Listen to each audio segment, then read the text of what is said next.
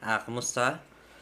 Ako si Homer at gusto ko lang i-share tong realization ko na naman recently or not very recently. Gusto ko lang siya siguro paalahanan din yung sarili ko kaya ko to gustong gawin na video. Kanina nagpunta kami ng Guadalupe at kumain kami doon ng kikiam at ano pa yung balot. Tapos bago kasi yun nagpunta kami ng Watson. Sinamahan ko yung katrabaho ko. Tapos habang bumibili siya ng sunblock yata yun na gagamitin niya punta sa trabaho niya, nagpicture ako sa parang long mirror na nandun. Tapos ipinicturean ko lang yung pantalon ko tapos yung sapatos ko. Ang ganda ng angulo rin eh. Na minsan lang mangyari na magpicture ako ng magandang angulo. Tapos minID ko, ni-story ko siya, tapos linagyan ko ng magandang effects, magandang music ng title nun, Loverboy ni A-Kid yata, yung yung artist. Tapos ang na-realize ko, kasi pagtapos nun, tinignan ko siya tinignan ko. Parang parang ang ganda, parang cool ko, no? Base doon sa story na nakita ko tungkol sa sarili ko. Kasi tingin ko every time na nakita tayo ng story o my day o picture ng kakilala natin o maliit na snippet ng video, gumagawa tayo ng context automatically sa sarili natin. Gumagawa tayo ng kwento para maintindihan kung ano ba yung nakita natin. So, base dun, sa nakita ko sa my day ko, na-realize ko kasi ang ganda ng music, napaka-catchy, tapos ang ganda ng pagkakakuha. Isip ko parang, ang lupit pala nung, no, parang, anong, mas cooler yung buhay ko kumpara sa kung ano yung totoo. So, ang gusto kong sabihin, ang daming ang daming side ng buhay na hindi pinapakita ng Instagram, ng Facebook.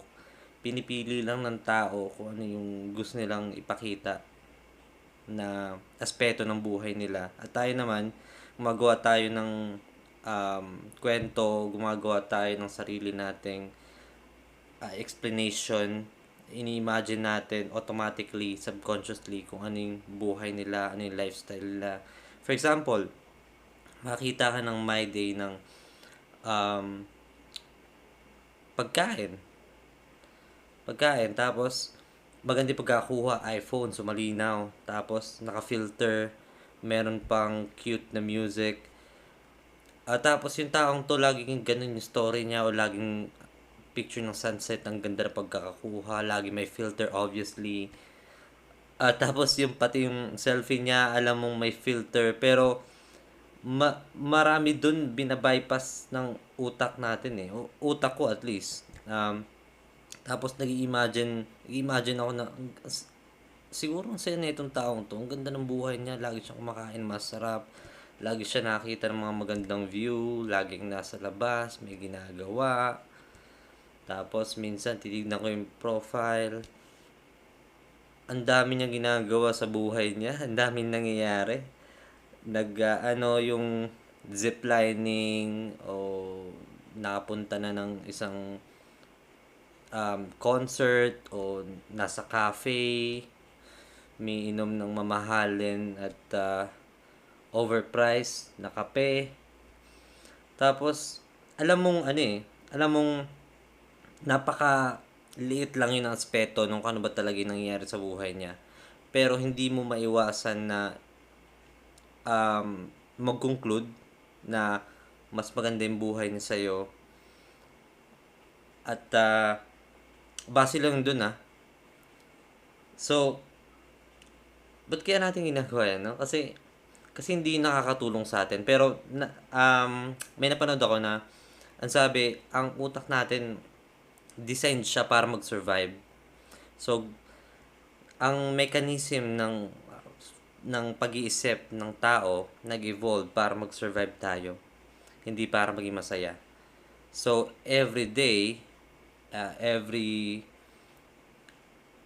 hour, minute, second that goes by, yung utak natin constantly na naghahanap ng problema na pwedeng isolve.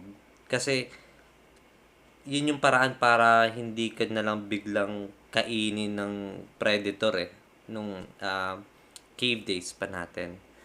So hindi kasi practical na maging happy-go-lucky tayo dati. O yung mga ganon dati, nung panahon pa ng mga caveman, hindi sila nag-survive. Kaya yun. Kasi ang tao, hindi siya nag-evolve physically. Mas nag-evolve tayo socially. Kaya tayo may mga awkward um, feelings, second-hand embarrassment, naka-tied up yan sa evolutionary psychology. Lahat yan may reason for survival. But anyway, sorry sa tangent. Yun na nga. Siguro gusto ko lang maalala na hindi hindi totoo yung mga nakikita mo sa social media. Kasi ikaw nga, o ako nga mismo sarili ko, kunyari, nagpunta ako ng Baguio, mag-video ko, na napakaganda nung ilang segundo lang, napakaganda ng tanawin, napakalabig doon, mas makikita mo naman sa video kasi meron ako nun, totoo lang. Tapos pipicture ako doon sa mga um, tourist spot, tapos mamaydi ko yan, i-compile, ilalagay sa post. Kung makikita mo siya sa Instagram o kung friend kita sa Facebook, mas makikita mo yung MyDay ko. Masabi mo, siguro enjoy itong taong to, no? Oo, nag-enjoy ako. Oo, pero napakaliit lang siya kung ano ba talaga yung nangyari. Stress din yun, puyat, gastos. Pero hindi mo makikita yun. Makikita mo lang yung mga segundo, minuto na pinili ko ipakita sa'yo. Tapos ikaw naman, si tanga. I mean, tayo naman, automatic na, o ako, ayoko magsalita para sa ibang tao dyan. Pero ganito ako. Ako naman, pag nakita ko ng mga ganun, automatic kong ikinukumpara yung sarili ko doon. Eto, anong ginagawa ko? Um, but the point is, you're not missing out. You're not um, as ugly as you think you are. Your life is not as boring as you think it is. Kasi sa kaka-Instagram mo, kaka-Facebook, tingin mo yung nakikita mo mga tao, sobrang pupugi, sobrang gaganda, sobrang ganda ng lifestyle, pero lahat yun filters. Literal. Napakaraming babae social media na naka-filter palagi, walang mintes. Di ko nga magets eh. Kasi, ako, di ba mas maganda na ang pangit mo sa social media, matino ka naman, mas okay ka tignan sa totoong buhay. Kaysa naman wala kang spot, wala kang pimple, walang kung ano dyan sa mukha mo, sa pictures mo. Pero sa totoong buhay, ibang-iba. 'Di ba? Kasi parang andito ka na kagad, so mag-expect sila na nandito ka. Pero kapag ma-meet ka nila sa totoong buhay, nandito ka pala. Kaysa naman, I mean, di mo ba mas preferred na nandito ka? Tapos, pag makita ka nila sa personal, nandito ka pala.